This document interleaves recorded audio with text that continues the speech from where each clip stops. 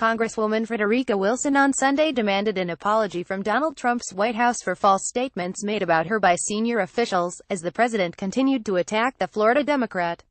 Wilson declared that the deadly ambush of U.S. forces in Niger at the heart of their dispute was Trump's equivalent of the deadly 2011 terrorist attack in Benghazi, Libya, over which Republicans in Congress pursued Hillary Clinton, who was Secretary of State when the attack happened. Senators from both parties urged the administration to release more information about the Niger incident, which happened on the 4th of October and in which 4 Americans were killed. Wilson said John Kelly, the White House chief of staff, had smeared her after she criticized Trump's handling of a condolence call to the family of one of the soldiers killed in the ambush.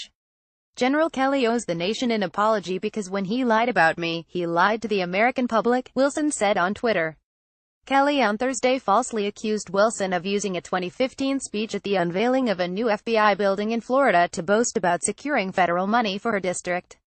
Video footage of the speech showed Wilson had in fact praised a bipartisan effort to name the complex after 2 agents killed on duty. Instead of acknowledging Kelly's error, the White House falsely suggested that the video had supported his remarks. Sarah Huckabee Sanders, the White House press secretary, dismissed Wilson, who is known in Congress for her colorful Stetsons, as being all hat, no cattle. The quarrel began when Wilson disclosed Trump had told Sergeant LaDavid Johnson's grieving widow that the Green Beret knew what he signed up for before being killed by insurgents in Niger.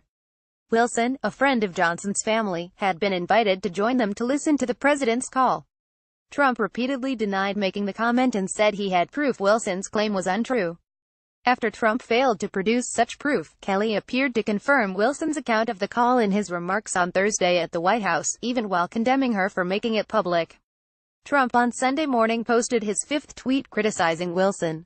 "Wacky Congresswoman Wilson is the gift that keeps on giving for the Republican Party, a disaster for Dems," he wrote. "You watch her in action. Vote the dispute has revived wider concerns about the fatal incident, in which the U.S. soldiers were killed during an attack on their convoy and 5 Nigerian soldiers also died, and about America's role in anti-terror efforts in the West African state. Authorities suspect militants affiliated to the Islamic State were responsible for the ambush." Sergeant Johnson was buried in Florida on Saturday. Conflicting accounts of what led to the attack given by U.S. and Nigerian officials have led members of Congress, including John McCain, the Republican chair of the Senate Armed Services Committee, to criticize the Pentagon's response. Senator James Lankford, Republican of Oklahoma, said on Sunday he shared concerns over the contradicting narratives. "At this point we have conflicting stories," Lankford said on CBS's Face the Nation.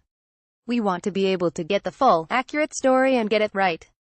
Lankford's sentiments were echoed by Senator Lindsey Graham, a Republican from South Carolina, and Senator Charles Schumer, a Democrat of New York. "I didn't know there was 1,000 troops in Niger," Graham said on NBC's Meet the Press. "This is an endless war without boundaries and no limitation on time and geography. You've got to tell us more," and McCain is right to say that. Schumer, the Senate Minority Leader, said he was similarly unaware. Schumer said information being provided by the Trump administration was not adequate and should be re-examined. "We need to look at this carefully," Schumer told NBC. "This is a brave new world. There are no set battle plans.